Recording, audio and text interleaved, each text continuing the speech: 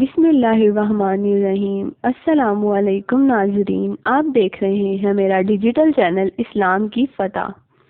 حضرت ابو طلحہ رضی اللہ تعالی عنہ ایک مرتبہ اپنے باغ میں نماز پڑھ رہے تھے۔ ایک پرندہ اڑا اور چونکہ باغ گنجان تھا اس لیے اس کو جلدی سے باہر جانے کا راستہ نہ ملا۔ کبھی اس طرف کبھی اس طرف اڑتا رہا اور نکلنے کا راستہ ڈھونڈتا رہا۔ ان کی نگاہ اس پر پڑی اور اس منظر کی وجہ سے ادھر خیال لگ گیا اور نگاہ اس پرندے کے ساتھ پھرتی رہی۔ دفتر نماز کا خیال آیا تو سہو ہو گیا کہ کون سی رکعت ہے۔ نہایت الگ ہوا کہ اس بات کی وجہ سے یہ مصیبت پیش آئی کہ نماز میں بھول ہوئی۔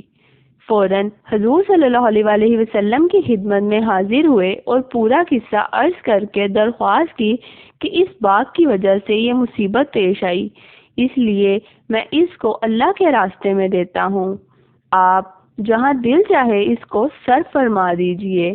اس طرح ایک اور قصہ حضرت عثمان رضی اللہ تعالی عنہ کے زمانے خلافت میں پیش آیا کہ ایک انصاری اپنے باغ میں نماز پڑھ رہے تھے۔ کھجوریں پکنے کا زمانہ شباب پر تھا اور خوشے کھجوروں کے بوجھ اور کثرت سے جھکے پڑے تھے۔ نگاہ خوشوں پر پڑی اور کھجوروں سے بھرے ہونے کی وجہ سے بہت ہی اچھے معلوم ہوئے۔ خیال ادھر لگ گیا جس کی وجہ سے یہ بھی یاد نہ رہا کہ کتنی رکعتیں ہوئیں۔ اس کے رنج اور صدمہ کا ایسا غلبہ ہوا کہ اس کی وجہ سے یہ ٹھان لی کہ باغ کو اب نہیں رکھنا، جس کی وجہ سے یہ مصیبت پیش آئی۔ چنانچہ حضرت عثمان رضی اللہ تعالیٰ عنہ کی خدمت میں حاضر ہوئے اور آ کر عرض کیا کہ یہ اللہ کے راستے میں خرچ کرنا چاہتا ہوں میں، اس کو جو چاہے کیجیے۔